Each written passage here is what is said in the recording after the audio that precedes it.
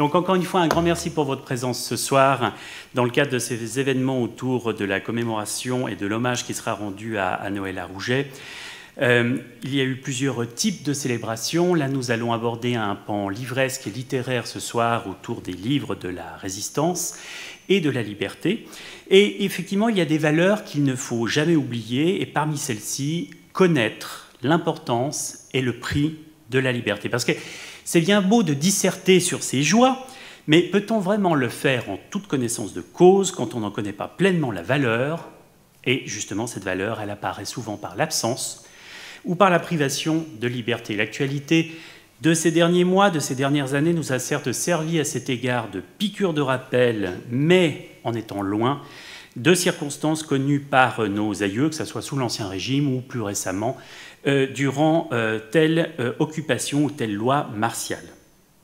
Parmi les célèbres répliques du Mariage de Figaro, ce texte phare de la liberté naissante sous les Lumières, mais aussi œuvre victime de la censure, on lisait dans la scène 3 de l'acte 5 la célèbre réplique de Figaro dans son grand monologue « Sans la liberté de blâmer, il n'est point d'éloge flatteur ». Alors tout l'esprit de Beaumarchais est dans cette phrase, devenue une sorte de drapeau souvent brandi de la liberté d'expression. Et pour bien comprendre l'importance de cette notion, je vais vous proposer de procéder en deux temps. Tout d'abord, une brève incursion au pays de la censure, une sorte de butinage forcément assez sélectif au hasard de mes coups de cœur, de mes lectures ou de mes recherches sur certains livres blâmés qui me sont chers. Et puis nous passerons ensuite au livre de la liberté, et encore mieux au livre de la résistance, que j'illustrerai d'ailleurs avec certains livres issus de ma propre collection. Donc, en tout premier lieu, brève histoire d'une longue pratique, la censure livresque. Alors vous vous y attendez, bien entendu. L'encre du premier livre était à peine sèche qu'on commençait déjà à penser quelque part à l'interdire. Et effectivement, cet empêchement d'imprimer, d'écrire, s'est souvent manifesté par la traque et par la destruction d'ouvrages jugés dérangeants par des pouvoirs politiques ou des spiritualités adverses. La pratique de l'autodafé en elle-même a toujours existé. Ainsi, dans la Chine antique, s'est mis en place, sous le règne du premier empereur, la première dynastie Qing, une pratique du nettoyage par le vide, à la fois des bibliothèques et puis, pour faire bon compte, également des lecteurs. En 213 avant Jésus-Christ, l'empereur avait en effet ordonné de détruire tous les livres, et principalement les livres de la tradition confucéenne, en ne sauvant que les ouvrages de nature technique, de médecine ou d'agriculture, par exemple. Et comme cela ne suffisait pas, et qu'il y avait encore quelques acharnés pour pouvoir protéger et conserver leur bibliothèque, eh bien on décida, en plus de brûler les livres, de tuer les lettrés et les lecteurs récalcitrants, notamment, comme vous le voyez sur cette image, en les enterrant vivants. Alors cette méthode un peu expéditive est devenue même un proverbe en chinois, Fenshu Kengju, pour désigner une méthode de gouvernement un peu radicale. Vous voyez, effectivement, c'était assez radical. Et on peut, à cette occasion, se rappeler un proverbe, lui bien français et qui est toujours valable, « Là où on brûle les livres, on finit par brûler les hommes ». Alors quand on pense censure et instrument de la censure, on a immédiatement en texte, en général en Europe occidentale, l'index, avec un I majuscule, qui fut le bottin des textes interdits par la papauté, ou éventuellement à un échelon inférieur par certains évêques. Alors les premiers conciles dès l'Antiquité avaient déjà sévi contre les textes déviants. Et nous possédons à la Fondation cet évangile de Judas, qui est un unicum, et qui avait été banni et condamné par saint Irénée dès le IIe siècle. La méthode s'est affinée au fil du temps, et c'était au début de la Renaissance, finalement pas du tout au Moyen-Âge qu'il faut réhabiliter, mais au début de la Renaissance, qu'on va voir apparaître cet Index Librorum Prohibitorum, qui est un pur produit, en réalité, du Concile de Trente, donc au milieu du XVIe siècle, visant à instaurer une liste d'ouvrages pernicieux, immoraux ou contraires au dogme, tout simplement, en expliquant en revanche les règles de l'Église au sujet des bons livres. Le premier index romain a vu le jour sous le pontificat de Paul IV en 1557, et en 1564, c'est une congrégation spécifique qui va être créée, la congrégation de l'index, qui va avoir la tâche de mettre à jour cette liste en insérant de nouveaux ouvrages condamnés. Alors, chose paradoxale, le texte qui est le plus présent dans l'index, figurez-vous, c'est lequel? Eh bien, c'est la Bible. Par ses commentaires, par ses traductions, comme la traduction latine d'Erasme, et puis l'œuf dont elle a accouché, qui est la traduction allemande de Luther, eh bien, c'est la Bible qui apparaît en tête de liste, mais je vous rassure, elle est suivie par à peu près tous les domaines du savoir, et on ne citera par exemple que la condamnation du prince de Machiavel, ainsi que des célèbres travaux de Copernic, le De Revolutionibus, dont vous avez ici un exemplaire à noter. Alors, cet embrigadement, ce contrôle des ouvrages et d'interdiction des ouvrages va durer jusqu'au XXe siècle. Et figurez-vous que l'index qui a été créé par Paul IV ne sera aboli que par Paul VI. Et nous sommes ici en 1966. Il est intéressant de voir que la dernière version imprimée de l'index, en fait sa 20e édition, elle date de 1948 et elle indexait 4000 titres ou même des fois des œuvres entières pour hérésie, immoralité, licence sexuelle, théorie politique subversive, etc. Et on y trouvait en fait tous les auteurs, par exemple, pour ne prendre que des Français, qui figurent en photographie devant vos yeux. Donc on peut citer Descartes, Montaigne, Balzac, l'abbé de Lamennais, Rousseau évidemment et Voltaire. Et l'un des derniers introduits en 1952, qui a été, je dirais, nominé pour l'ensemble de son œuvre, hein, comme on dit d'habitude, c'est Gide, qui a été condamné en bloc. Donc ça lui a fait d'ailleurs beaucoup de publicité. Alors il ne faut toutefois pas croire que la censure a été une exclusivité catholique. Le monde protestant, dès le XVIe siècle, a pratiqué la condamnation et l'autodafé avec le même zèle. Et pour ne parler que d'une des villes principales de Suisse, qui a été un des grands pôles européens de la culture et de l'humanisme, eh bien, on peut évoquer le cas la première édition latine du Coran, la première édition tout court. Il n'y avait jamais eu d'édition du Coran jusqu'alors. Donc c'est un texte qui a été traduit au Moyen-Âge en latin par certains moines clunisiens.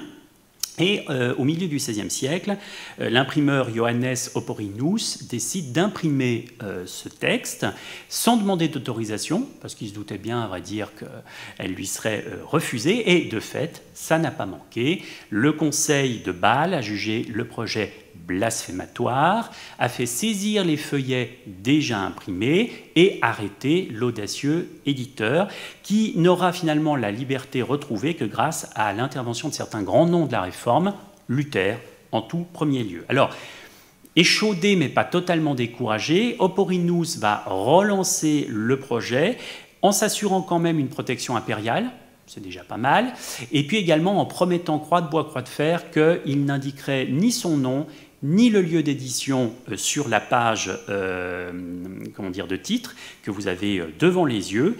Et de toute manière, les autorités municipales bâloises décidèrent d'interdire radicalement la commercialisation du livre sur leur territoire en chassant l'ouvrage ailleurs. Alors, chose intéressante, et j'ai pu mettre ça en lumière l'année dernière, ça a donné lieu à une communication et à un article. Figurez-vous que l'exemplaire que vous avez devant les yeux, qui est celui de la Fondation Martin Bonnemer, a appartenu, je vous le donne en mille, à un ami de Ronsard, Pontus de Thiard, qui par ailleurs, dans le civil, était non seulement poète, mais également évêque catholique.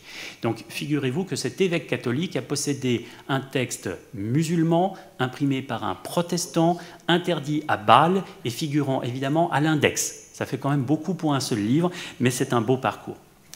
À Genève, eh bien à Genève, on ne brûlait pas que les livres, et vous le savez fort bien par un exemple qui demeure près de 5 siècles plus tard, toujours aussi emblématique, c'est le cas du médecin et théologien d'origine espagnole Michel Servet, qui en 1553, la dernière année de sa vie, avait trouvé un imprimeur assez fou, Balthazar Arnoulet, qui était un Lyonnais, pour donner une édition de ce traité fondamental sur la Trinité qu'il était en train de mettre au point, d'achever, et qui, à Vienne, sous couvert d'anonymat bien entendu, a fait le travail.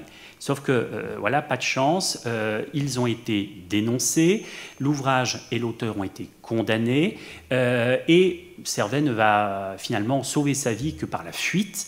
L'ouvrage va connaître un auto-da-fé, je cite les termes de la condamnation. Ils ont été l'un et l'autre condamnés à être conduits sur un tombereau avec ces livres, un jour de marché, histoire qu'il y ait plus de monde, de la porte du palais Delphinal de Vienne, donc par les carrefours et lieux accoutumés jusqu'au lieu de la halle de la ville, puis sur une place appelée la Chervenne, où il sera brûlé tout vif à petit feu, tellement que son corps sera mis en cendres. Il va éviter ça à Vienne, il va le connaître à Genève, où s'étant réfugié quelques semaines plus tard, alors que ses livres brûlaient le 17 juin 1553 vers midi à Vienne, eh bien, c'est un répit qui lui est offert, mais de peu de durée, puisqu'il sera lui-même arrêté sur ordre de Calvin et brûlé vif le 27 octobre suivant, avec un exemplaire de son livre attaché sur la poitrine. On ne conserve que 3 exemplaires de ce Christianismi Restitutio, particulièrement important au-delà de l'aspect trinitaire, parce qu'au sein de ce texte figure pour la première fois la description de la circulation sanguine bien des décennies avant les travaux fondamentaux de Harvey. La censure laïque, eh bien, elle n'a pas été beaucoup plus favorable. Pour rester centré sur la seule France, on peut dater avec précision la crise qui va aboutir à l'installation de la censure, alors que finalement les premiers rois confrontés au processus éditorial, et Louis XI en tout premier lieu, quand l'atelier de la Sorbonne, qui a été le premier atelier typographique en France, commence son activité en 1471, il y a un grand enthousiasme du pouvoir. Mais les choses vont changer sous le règne de François Ier pour une histoire qu'on appelle l'affaire des placards et qui va se dérouler dans la nuit du 17 au 18 octobre 1534. À la faveur de la nuit, justement, dans les rues de Paris, mais aussi de pas mal d'autres grandes villes françaises, Orléans, Rouen, Tours, Blois, on va placarder, d'où le nom, des affiches qui sont des invectives contre la messe et qui sont intitulées précisément « Articles véritables sur les horribles, grands et insupportables abus de la messe papale, inventés directement contre la sainte scène de notre Seigneur, seul médiateur et seul sauveur, Jésus-Christ ». Alors cette attaque contre l'Eucharistie, évidemment, aurait éventuellement encore pu passer s'il n'y avait pas eu une volonté de vraiment aller chatouiller les moustaches du tigre, à savoir qu'on a retrouvé un exemplaire punaisé sur la porte de la chambre royale au château d'Amboise, et selon la légende, le roi François Ier aurait même retrouvé un exemplaire plié dans sa boîte à mouchoirs. Ce qui montrait jusqu'à quel point les premiers réformés protestants, les premiers protestants français étaient introduits en fait dans la cour et dans l'entourage royal, ce qui évidemment a été une douloureuse surprise pour François Ier, jusqu'alors relativement indulgent à leur égard. Alors l'indulgence, il ne va plus y en avoir, hein. Du jour au lendemain, ça va être une sorte de répression massive. L'imprimeur Antoine Auguereau, qui a été accusé à tort ou à raison d'être le responsable, plutôt à tort, va être pendu et brûlé sur le bûcher en janvier 1535, donc quelques mois seulement après le scandale, et il va être mis en place une autorité de contrôle et une autorité de censure. Il faudra désormais, pour imprimer en France, avoir un privilège royal d'impression concédé à l'auteur ou à l'éditeur, et en même temps naît un principe qui est toujours actif de nos jours, qui est celui du dépôt légal, afin effectivement de pouvoir montrer qu'on a un exemplaire qui a subi les foudres de la censure et qui est passé à travers cette procédure. Eh bien, en 1537, on oblige les imprimeurs éditeurs à déposer un exemplaire de chaque ouvrage à la Bibliothèque royale, et ça va se poursuivre jusqu'à nos jours, hormis une petite période de liberté sous la Révolution française. Alors, au fil des règnes, au fil des régimes, les choses ne font guère s'améliorer. Prenons par exemple sous Louis XIV le trublion avocat Claude le Petit, qui perdit encore la vie. Alors certes, il a été discrètement étranglé avant le bûcher, mais bon, en 1662, pour avoir en réalité fait quelque chose d'assez anodin, quelques vers cochons sur la Vierge Marie et sur la famille royale, le tout réuni quand même dans un recueil qui avait été intitulé clairement « Le bordel des muses ». Alors c'est vrai que ça a pu un petit peu choquer. Mais dites-vous quand même que voilà, nous avons un jeune homme, puisqu'il avait seulement dépassé la vingtaine, qui finit sa vie abruptement et qui doit servir d'exemple, ce qui d'ailleurs n'empêchera pas ses ouvrages, comme vous le voyez, de connaître une diffusion assez large. Cela va toucher également même des grands noms très bien en cours, comme le grand Molière lui-même, qui fait un ensemble de pièces qui vont connaître la censure, les cabales, et parmi celles-ci, il faut attirer l'attention principalement sur la pièce dite « Le festin de Pierre », jamais publiée de son vivant, mais qui va connaître sa première édition posthume dans les œuvres complètes de Molière en 1682, dans les 2 derniers tomes qui sont consacrés aux œuvres jamais publiées, dans le tome 7. Elle voit le jour non plus sous le titre original de Festin de Pierre, mais sous le titre de Don Juan. Alors, en même temps, la version qui va paraître donc avec Privilège royal, comme vous le voyez, en 1682, ben, c'est plus la version qu'a écrite Molière. Parce qu'entre-temps, au moment même où l'ouvrage était en train d'être imprimé, il a été soumis au lieutenant de police, un ministre de la police, Larénie, qui, lisant l'ouvrage et lisant la pièce, la trouve un peu raide et demande en fait au successeur de Molière, Lagrange, de jouer du ciseau et d'expurger totalement le texte. Donc voici par exemple un passage bien particulier qui est la scène du pauvre dans l'acte 3, qui était particulièrement sensible. Alors ce que vous voyez dans la partie gauche de l'écran, c'est un des rares exemplaires à avoir été sauvé avec le texte intégral. Et puis à droite, c'est la même scène, mais dans les exemplaires expurgés. Donc on a retiré des feuillets, on les a réimprimés en les condensant, parce que vous voyez que la scène, il n'en reste plus grand-chose, il y a 3 répliques. Donc elle a été totalement nettoyée. Et donc les exemplaires ayant déjà été imprimés, on découpait les pages d'origine, on imprimait à part les feuillets, disons, retouchés, censurés, et on collait ça à l'intérieur des exemplaires mis en circulation. C'est ce qu'on appelle un carton. Alors, on connaît de la version d'origine seulement 3 exemplaires. Figurez-vous qu'il y en a un qui est à Genève, dans la très belle collection de notre ami Jean Bonnat. Et figurez-vous que ce n'est pas n'importe quel exemplaire, c'est l'exemplaire personnel du lieutenant de police Larénie, qui s'était conservé pour lui-même un exemplaire sans censure. C'est un exemplaire très connu qui a eu un parcours assez extraordinaire et il est désormais à Genève. Le grand Fénelon, lui-même, a été effectivement en butte à la censure et l'a subi même dans sa chair. Archevêque de Cambrai, précepteur des petits-enfants du roi, il avait cru bien faire en écrivant un roman qui s'appelait « Les aventures de Télémaque », qui mélangeait aventure donc, et édification morale. Mais voilà, à la lecture, alors même que le privilège royal était déjà délivré, donc il avait passé la censure, eh bien le roi Louis XIV crut se reconnaître sous les traits d'un arrogant prince nommé Idoménée.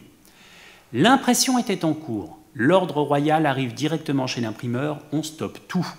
Et de ce fait, les exemplaires, les rares exemplaires qui ont survécu de l'édition originale de 1699, dont vous avez ici l'exemplaire Bonne-Mère, s'arrêtent ex abrupto à la page 208. Il n'y a pas la suite. Et le pauvre Fénelon va connaître l'exil, la disgrâce. Il va être envoyé dans son diocèse de Cambrai, donc il ne sortira plus. Mais figurez-vous qu'en fait, le scandale provoqué par cette interruption et par cette disgrâce va en fait propager le texte à travers toute l'Europe. Il y aura énormément d'éditeurs hollandais, toujours prêts à venir tagnasser la monarchie française, qui vont récupérer des manuscrits en circulation et donner en fait une popularité extraordinaire à l'auteur et à l'œuvre. Alors j'arrête là cette galerie historique qu'on pourrait évidemment poursuivre avec des exemples abondants, mais je voudrais vous lire un passage d'une nouvelle, d'une œuvre, qui en fait est née elle-même de la censure. C'est la nouvelle Angélique, qui sera reprise ensuite en volume, dans le recueil des Filles du Feu, de Gérard de Nerval. Alors, Angélique, c'est un roman, une longue nouvelle épistolaire, et l'auteur correspond avec le rédacteur en chef d'un journal, parce qu'il vient d'apprendre qu'il y a eu un amendement, pas à l'Assemblée nationale, mais disons à la Chambre des Pairs, l'amendement Riancet, qui interdisait le roman feuilleton, parce qu'il y avait eu la publication de certains textes qui semblaient appeler à la révolte, et donc le pouvoir a décidé d'empêcher des œuvres de fiction qui sont carrément interdites. Alors évidemment, Nerval dit dans ses lettres « Mais moi qui ne suis pas romancier, je veux faire simplement du roman historique avec des choses bien étayées, mais évidemment j'ai un peu peur. » On va voir ce qu'il dit. « À mon retour à Paris, il était en Allemagne, je trouvais la littérature dans un état de terreur inexprimable. Par suite de l'amendement Riancet sur la loi de la presse, il était défendu aux journaux d'insérer ce que l'Assemblée s'était plu à appeler le feuilleton roman. Et j'ai vu bien des écrivains, étrangers à toute couleur politique, désespérés de cette résolution qui les frappait cruellement dans leurs moyens d'existence. Et je commençais moi-même à m'effrayer des condamnations suspendues sur les journaux pour la moindre infraction à la loi nouvelle. 50 francs d'amende par exemplaire saisi. C'était de quoi faire reculer les plus intrépides, car pour les journaux qui tirent seulement à 25 000 exemplaires, et il y en a plusieurs, cela représentait 1 million. On comprend alors combien une large interprétation de la loi donnerait au pouvoir des moyens pour éteindre toute opposition. Le régime de la censure est finalement de beaucoup préférable. Sous l'Ancien Régime, avec l'approbation d'un censeur qu'il était permis de choisir, on était sûr de pouvoir sans danger produire ses idées, et la liberté dont on jouissait était extraordinaire parfois. À titre personnel, je n'ai jamais eu tant de bonheur avec la censure française, je veux parler de celle des théâtres, et je doute que si l'on rétablissait celle des livres et des journaux, nous eussions plus à nous en louer. Dans le caractère de notre nation, il y a toujours eu une tendance à exercer la force quand on la possède, ou les prétentions du pouvoir quand on le tient en main. Bref, vieille pratique, vous le voyez, là nous sommes au XIXe siècle, la censure a toujours la cote dans nos sociétés modernes. Et les autodafés brillent de par le monde depuis ce XIXe siècle. Vous en avez ici quelques exemples fameux qui ont été condamnés pour des raisons diverses et variées, bonnes ou mauvaises, morales, politiques ou autres. Une petite sélection qui fait intervenir des chefs-d'œuvre comme Madame Bovary, comme Les Fleurs du Mal, l'Encyclopédie, plus récemment Lolita, les versets sataniques. Et nous en arrivons maintenant dans cette société du début du XXIe siècle, dans le Canada du sémillant Justin Trudeau, à des censures qui sont moins compréhensibles encore quand elles commencent à toucher Astérix ou Tintin, qui sont désormais jugés persona non grata et condamnés même au bûcher, ce qui nous renvoie effectivement à des temps que nous pensions disparus. Mais ces excès, finalement, comportent en eux-mêmes leur propre annulation. Et pour reprendre le mot d'Emerson, je cite, « Tout livre brûlé illumine le monde ». Et la censure, dans certains cas, va même donner des lettres de noblesse jusqu'aux plus mauvais livres, transfigurés par leur rôle de martyrs de la pensée. Et l'érudit Gilles Ménage, qui l'écrivait en 1793, l'avait bien résumé, « Défendez-moi, on me lira ». Passons maintenant justement à quelques livres de la liberté, refuser la censure, et voir effectivement dans quelles conditions, parfois dramatiques, les auteurs vont intervenir. Alors, que ce soit pour raison en politique ou en écriture, la liberté, je le disais tout à l'heure, doit souvent se conquérir. Bien entendu, la liberté d'expression, elle a été accordée sous la Révolution, dans la première déclaration des droits de l'homme et du citoyen. Nous sommes le 26 août 1789, tout à fait fondamental et fondateur, puisque l'article 11 précisait alors, je cite, « La libre communication des pensées et des opinions est un des droits les plus précieux de l'homme. Tout citoyen peut parler, écrire, imprimer librement, sauf à répondre de l'abus de cette liberté dans les cas prévus par la loi. » Eh bien, en réalité, ce droit fondamental exprimé ici par les pères fondateurs de la Révolution, il va falloir bien souvent se battre pour l'exercer. Certains sont allés très loin pour conserver les livres hors des bûchers. Et de manière littéraire, nous en avons une bonne expression avec le fameux roman de Ray Bradbury, Fahrenheit 451, dont nous venons d'acheter l'édition originale il y a peu de temps à la Fondation Bonne Mère, que vous avez ici, avec sa couverture extrêmement édifiante, et qui illustre à merveille la pratique d'une communauté de lettrés, d'ailleurs rejetés aux marges de la société de la légalité, et qui, pour ne pas être pris et donc condamnés pour possession de livres, les livres étant interdits et incendiés, comme vous le savez, par les pompiers eux-mêmes, qui, les maisons étant inifugées, n'ont plus de travail sinon de faire des autodafés. Donc ces lettrés ont appris par cœur des textes immortels dont ils deviennent en fait les exemplaires incarnés. Et l'un des personnages dit notamment, arrivant totalement loqueteux devant son auditoire, « Je suis le prince » de Machiavel. Vous voyez qu'on ne peut pas juger un ouvrage sur sa couverture. L'histoire, en réalité, n'est pas si fictive que ça. Et je voulais mettre en avant, justement, un exemple assez frappant qui met en scène le jeune Jean Racine, un grand dramaturge français, qui était élève des jansénistes à Port-Royal et qui s'était fait prendre par un de ses professeurs, Claude Lancelot, en train de lire le roman antique Théagène et Chariclée. Alors, le professeur, un peu rigoriste, a interdit la lecture aux jeunes garçons, aux jeunes Jean Racine. N'importe quel enseignant à l'heure actuelle serait absolument ravi de voir un de ses élèves prendre ce roman antique, voire même n'importe quel roman tout court.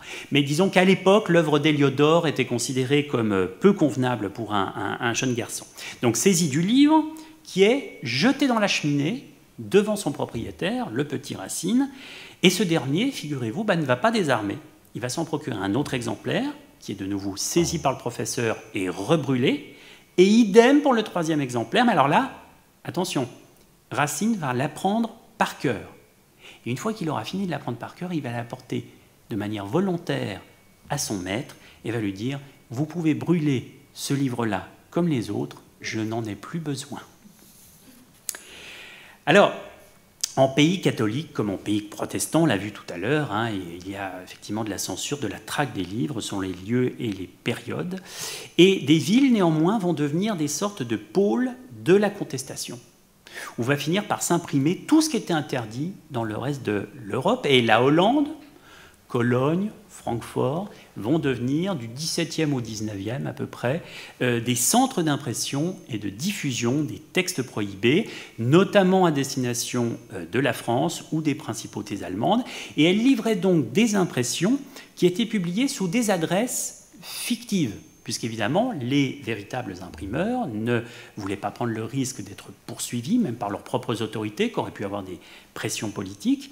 Et donc, on va voir fleurir tout un ensemble d'adresses extrêmement significatives, comme Jean de la Vérité, qui dit bien ce qu'il veut dire, ou encore plus célèbre, Pierre Marteau, voilà, qui assène véritablement. Donc, ce sont des éditeurs qui vont avoir 200 ans d'existence sans avoir jamais existé.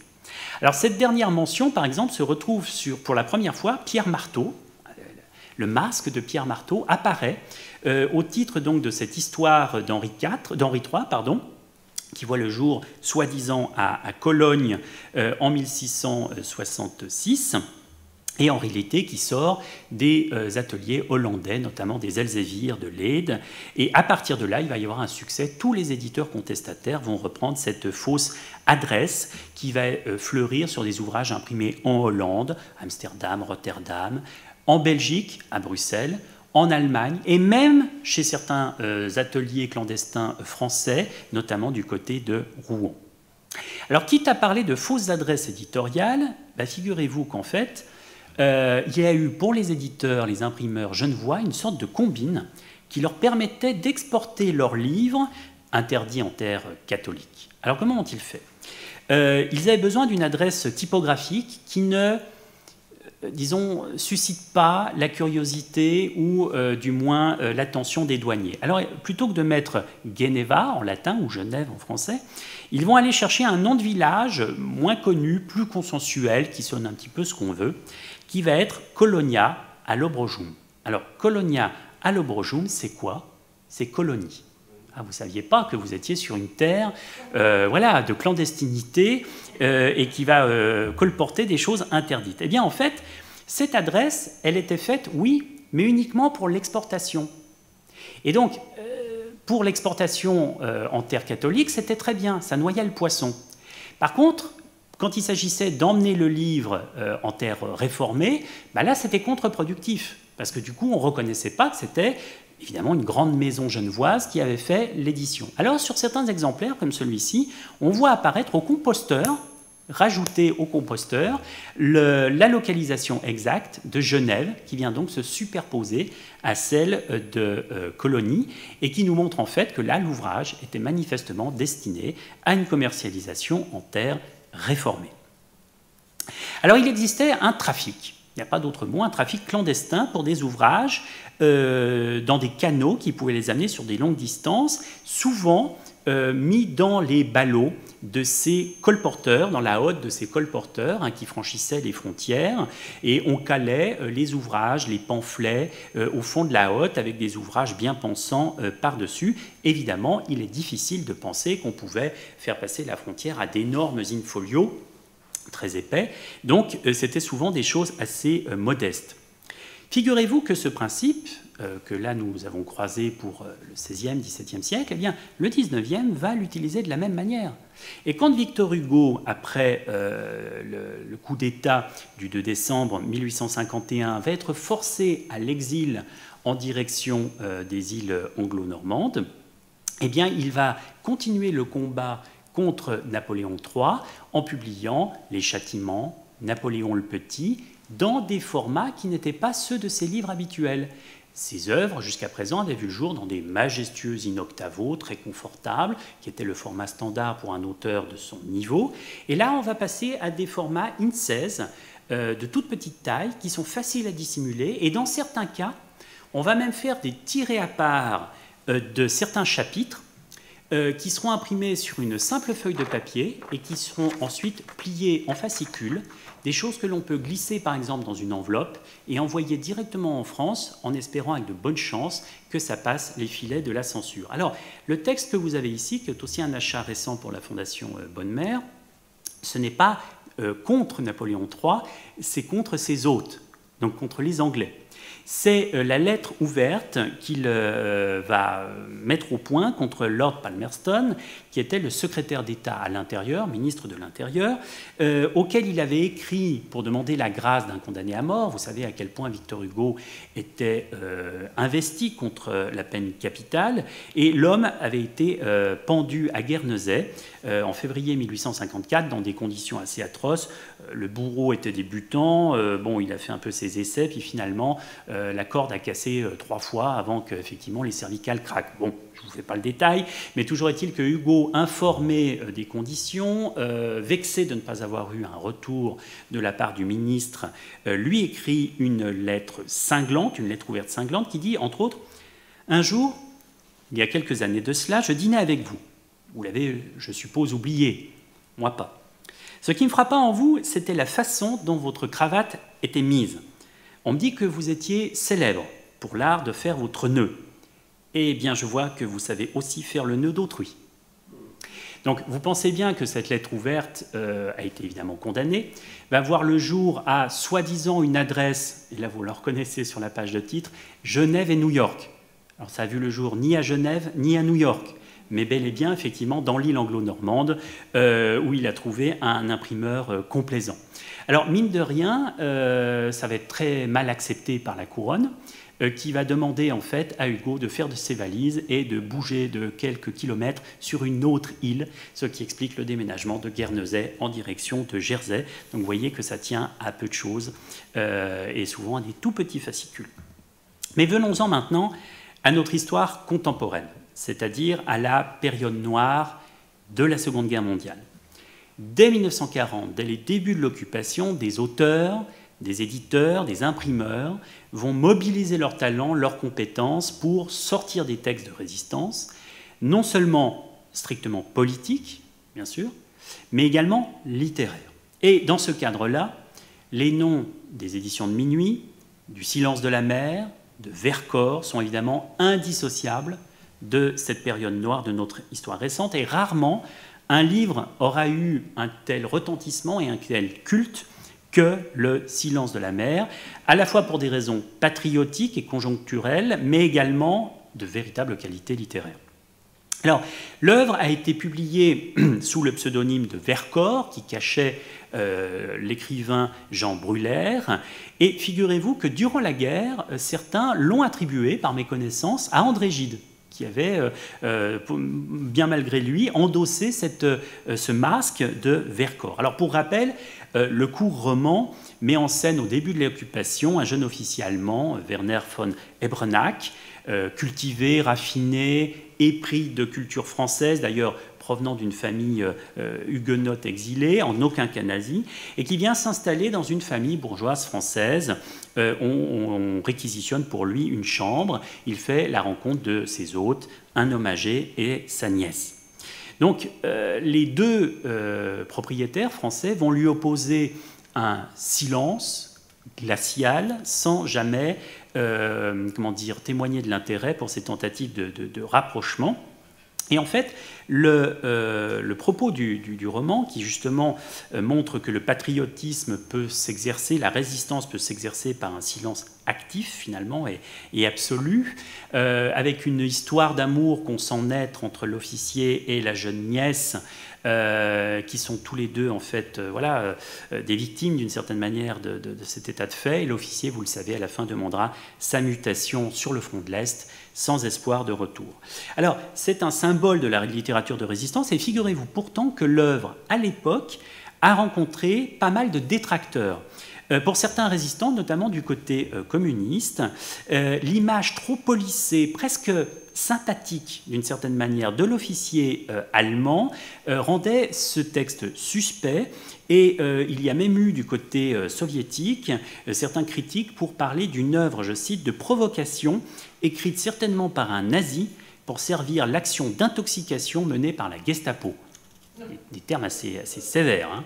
Et en effet, l'ouvrage était un ouvrage du début de la guerre. Nous sommes en novembre 1941 au moment de sa rédaction. Et il est certain qu'entre le moment où il a été écrit et le moment où il va voir le jour, en raison des difficultés d'impression, il y a peut-être un décalage qui va s'opérer entre le récit voulu par Vercors au départ et puis les réalités en fait, de l'évolution de la guerre. Le silence de la mer a été le tout premier ouvrage, en effet, imprimé aux célèbres éditions de Minuit, qui devait devenir le principal organe éditorial de la résistance pour les textes littéraires sur le sol français. Alors cette maison, elle a été créée conjointement par Vercors et par son ami, le journaliste et écrivain Pierre de Lescure.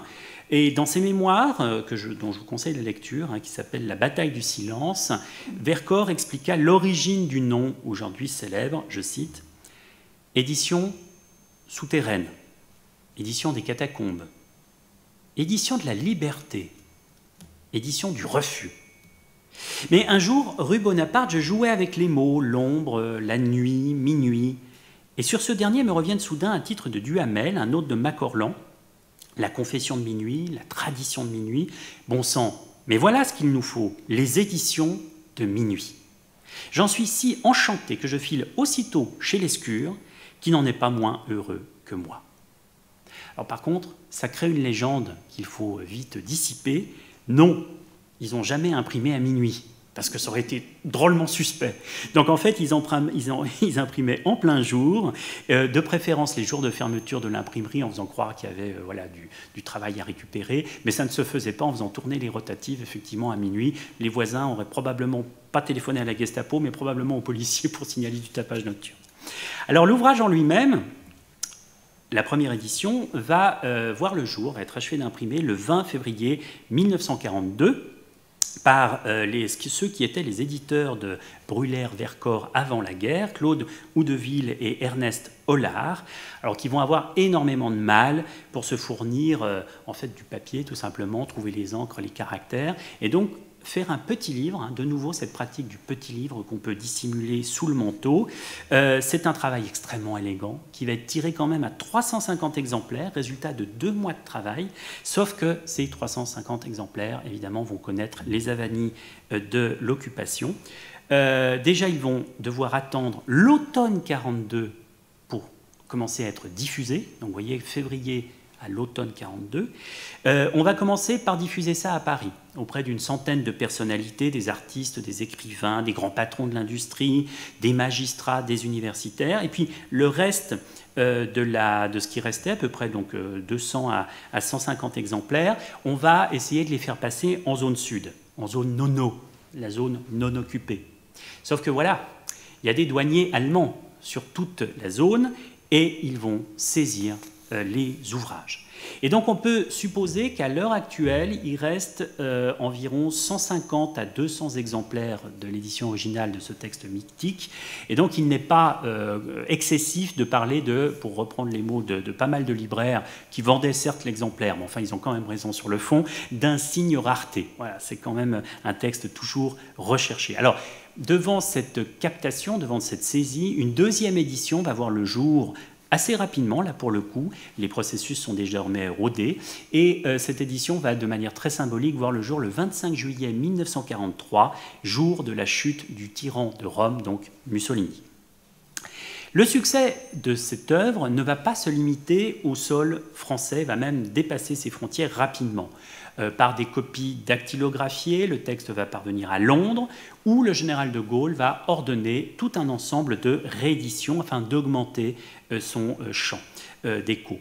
Alors, on va le voir paraître aux éditions londoniennes qui s'appellent Les Cahiers du Silence, en juin 1943, et à partir de là, c'est un véritable feu de brousse. New York, décembre 1943, chez Pantheon Books, Alger, aux éditions Charlot, en décembre 1943 également, des éditions au Sénégal, en Australie, au Québec, au Liban. Quelques mois après Le Silence de la mer, c'est un autre texte fondamental, en octobre 1942, qui va voir le jour, alors là encore, une plaquette insignifiante, avec juste une agrafe pour tenir les quelques feuillets. C'est tout petit, c'est tout mince, c'est tout léger, ça peut s'abîmer très facilement, mais aussi se faire disparaître dans les toilettes si par hasard il y a un coup de sonnette un peu trop insistant à votre porte. C'est Poésie et vérité 1942, c'est signé d'un certain Paul Éluard, et évidemment ça n'a obtenu aucun visa de la censure allemande ou de la censure française aux éditions de la Main à Plume, qui sont des éditeurs très liés et même créés par les surréalistes. Alors on trouve au sein de ce tout petit fascicule un poème appelé à une grande célébrité, j'ai nommé Liberté. Cette ode à cette valeur dans une sorte de scansion en 21 quatrains répétitifs, toujours achevé par « j'écris ton nom », pour qu'enfin on en arrive à la conclusion finale, Liberté. Au départ, le poème devait s'appeler « Une seule pensée ». Et comme l'expliqua Éluard, je cite, « Je pensais révéler, pour conclure, le nom de la femme que j'aimais, à qui ce poème était initialement destiné. Mais je me suis vite aperçu que le seul mot que j'avais en tête était le mot liberté. Ainsi, ainsi, la femme que j'aimais incarnait un désir plus grand qu'elle, je la confondais avec mon aspiration la plus sublime, et ce mot « liberté » n'était lui-même dans tout mon poème que pour éterniser une très simple volonté, très quotidienne, très appliquée, celle de se libérer de l'occupant. Alors, le texte, évidemment, va connaître une célébrité extraordinaire. Après-guerre, il va être repris par les éditions de Minuit. Là, nous sommes dans une édition de 1945 qui s'orne du très beau portrait d'Éluard par Picasso. Mais dans l'intervalle, le texte avait été repris dans différents périodiques de résistance, sur différentes affiches, des placards qu'on retrouvait collés sur les murs dans les rues. En zone sud, la revue Fontaine va le publier, sous le titre d'ailleurs « Une seule pensée ». Et puis à l'étranger, à Londres, dans la revue gaulliste officielle, La France Libre. Et puis également sous forme de flyers, mis au point pour être parachutés par les bombardiers anglo-américains lorsqu'ils survolaient la France en allant bombarder en Allemagne. Lors du petit passage au-dessus de la France, ils envoyaient des papillons qui donc descendaient dans le ciel en portant le texte de ce poème. Mais ces textes de résistance, eh bien, ils n'ont pas fleuri seulement sur les sols en guerre, sur le sol français, sur le sol anglais, sur le sol américain, dans les colonies. La Suisse, pays neutre dans le conflit, mais partageant toutes ses frontières avec l'un ou l'autre des principaux belligérants, a joué un rôle crucial dans l'édition, et dans la diffusion de ces textes fondamentaux. Et j'en prendrai deux exemples majeurs, avec tout d'abord les éditions de la Baconnière, dont je salue l'actuelle patronne et directrice dans la salle. Et pour citer le témoignage du romancier Renier de Tavernier, j'ouvre les guillemets, « Malgré tout, nous avions le sentiment de respirer à travers la Suisse.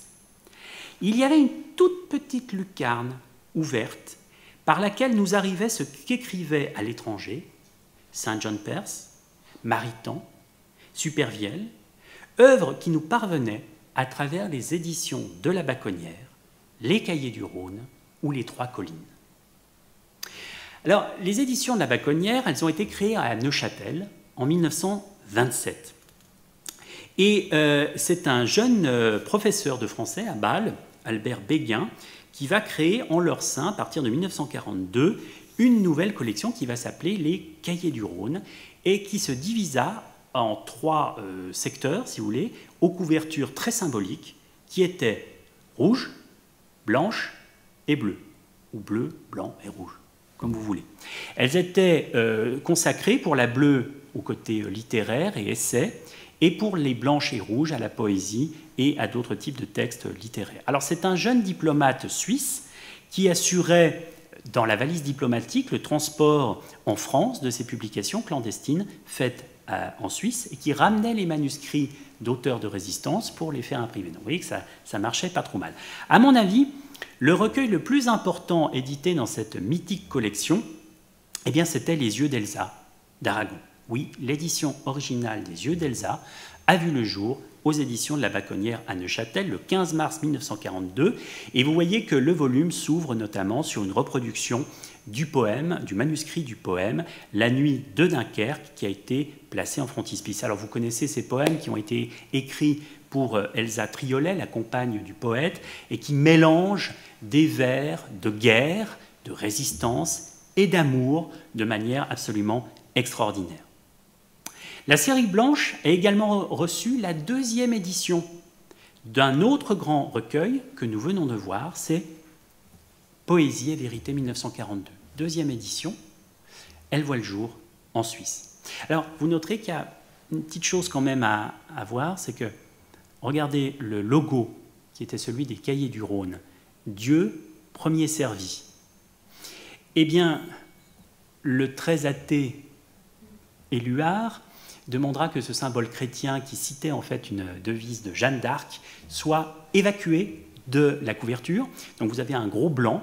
Au départ, c'est une composition de Balthus qui devait venir remplacer le logo de la collection, et puis ça n'a pas pu se faire, donc c'est resté tout à fait blanc. Alors l'exemplaire que vous avez ici, qui provient de mes rayons, a ceci d'intéressant au niveau de sa provenance, qu'il a été offert en guise d'étrenne par une dame qui a côtoyé de très près le grand Charles, puisque c'était Élisabeth de Miribel, qui était la secrétaire personnelle de Charles de Gaulle, et qui avait été celle qui avait pris en dactylographie le fameux appel du 18 juin.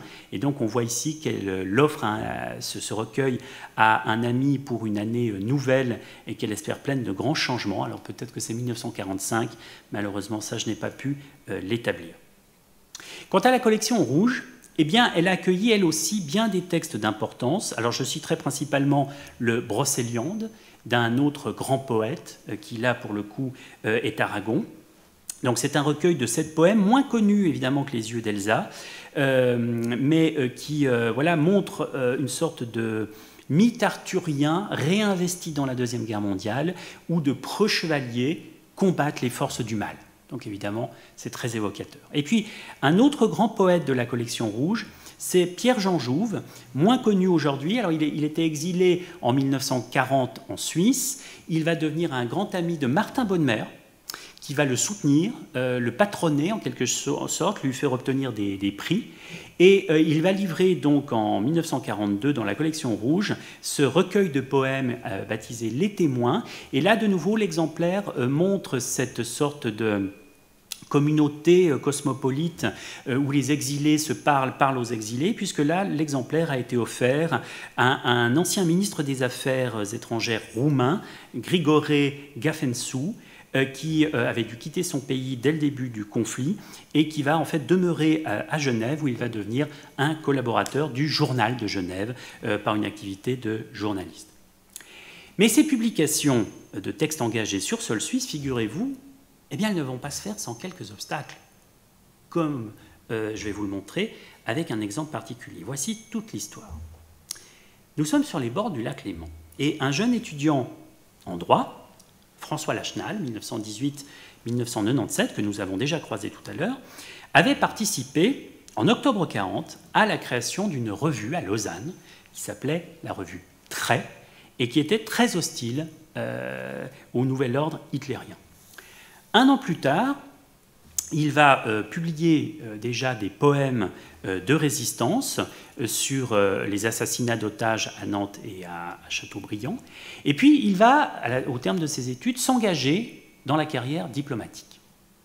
Il va commencer par être attaché à la légation suisse à Vichy en novembre 1942, puis muté au consulat de Suisse à Marseille au printemps 1943, puis à celui de Lyon, devenant vice-consul de Suisse. Donc là, nous sommes à l'été 1944. Et pour finir, il va terminer la période de guerre en étant carrément nommé au consulat de Suisse à Berlin dans les derniers temps de la guerre. Je vous laisse imaginer un petit peu ce que ça a dû être. Donc là, on le voit au balcon de la légation à Vichy, en 1942.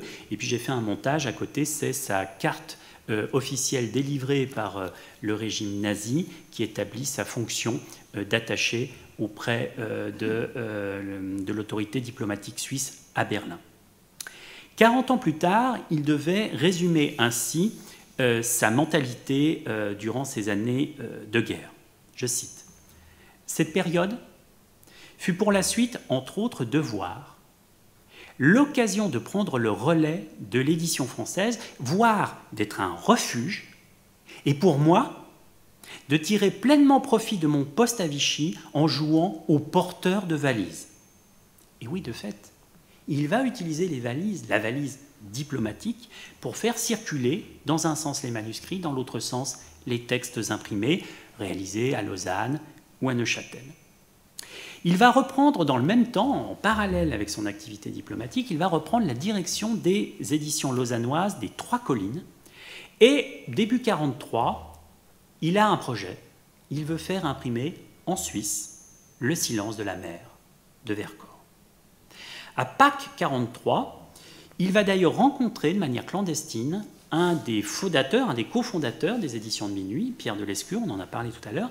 Mais figurez-vous que le projet ne va pas aboutir parce que la censure fédérale à Berne va lui demander d'expurger le texte de certains passages qui pourraient déplaire aux puissants voisins allemands. Alors là, Lachenal s'indigne. Pour lui, c'est impossible que lui et sa maison d'édition, installés dans un pays neutre, relativement protégé, acceptent seulement l'idée de pouvoir diffuser le plus grand texte de la résistance dans une forme censurée, alors que ses collègues français l'impriment clandestinement au péril de leur vie dans sa version complète. Alors qu'est-ce qu'il va faire ? Eh bien, il décide immédiatement, donc nous sommes au printemps 1943, de créer à Genève une franchise, une maison d'édition clandestine. Et ça va s'appeler À la Porte d'Ivoire, qui est un nom suggéré par un jeune étudiant appelé une brillante carrière qui s'appelle Jean Starobinski, qui va donc proposer ce nom en référence au mythe de Morphée. Le silence de la mer va donc être la première production de cette maison clandestine genevoise, parue sans date, mais vers la fin du printemps 1943. Le petit livre, alors encore une fois, un principe du petit livre assez proche du modèle français, hein, c'est à peu près le même format, s'orne, à la différence des éditions de Minuit, d'un bandeau tricolore affiché dès la couverture et est présenté en fait comme étant un manuscrit, alors c'est un imprimé mais qui est présenté comme un manuscrit diffusé à l'intention de quelques amis. Donc cette notion de adusum amicorum est censée dire que voilà, c'est pas un ouvrage en circulation, donc on peut, disons, passer à travers la censure. Pour la personne qui serait prise avec cet ouvrage, ça permet effectivement de justifier que c'est une production privée, en quelque sorte. La préface, elle annonçait la couleur et disait d'emblée que l'honneur de la Suisse et sa haute raison d'être aujourd'hui sont de permettre à ceux qui, en France, méprisent glorieusement l'avilissante attente des antichambres, d'élever leur voix d'hommes libres, les éditions à la Porte d'Ivoire, en inaugurant la présente collection, se placent au service du courage et de la liberté. Le premier tirage, printemps 43, est de 500 exemplaires. Et il va être écoulé de la main à la main, hors des circuits conventionnels, comme je vous le disais. Et figurez-vous qu'en fait, ceux qui vont jouer les rôles de libraires, ce sont les barman des grands hôtels internationaux de Genève. Ils en ont un petit stock coincé entre la bouteille de whisky et la bouteille de gin. Et donc, en fonction de leurs clients, eh bien, ils vont diffuser, effectivement, faire passer le message dans ce milieu très cosmopolite de diplomates, d'espions, de représentants de telle ou telle faction, d'exilés. Et évidemment, ça va être un moyen de diffuser extraordinaire. Là, pas de saisie, donc les 500 exemplaires sont restés a priori en circulation. Nous en avons un dans la collection à la Fondation Martin Bonnemer, que Martin Bonnemer a très certainement reçu justement par ses biais de diffusion en direction de la Croix-Rouge internationale. Rappelez-vous qu'il était à l'époque en charge du secours intellectuel aux prisonniers de guerre. Et le succès va être tel qu'il va falloir faire une réédition qui va voir le jour au printemps 1944. Alors, c'est l'occasion d'une de ces petites variantes éditoriales dont les bibliophiles sont friands. Vous savez, c'est des fous, ces bibliophiles. Alors, en tout cas, ça fait leur bonheur. Donc là, vous avez à gauche la version de 1943 et à droite la version de 1944. Est-ce que vous voyez la différence qui permet d'identifier en fait l'une et l'autre édition parce qu'elles n'ont pas de date à l'intérieur, comme je vous disais tout à l'heure. Regardez la lettre initiale, le C. Eh bien, dans l'édition de 43, il est plus petit, et dans l'édition de 44, il est plus grand. Et c'est comme ça que vous pouvez faire le distinguo. Oui, je vous dis, c'est des trucs de maniaque, hein, ça, évidemment, mais en tout cas, ça marche. Alors, j'ai pour ma part réussi à trouver un exemplaire, j'étais fou de joie quand j'étais adolescent, qui a une provenance assez particulière.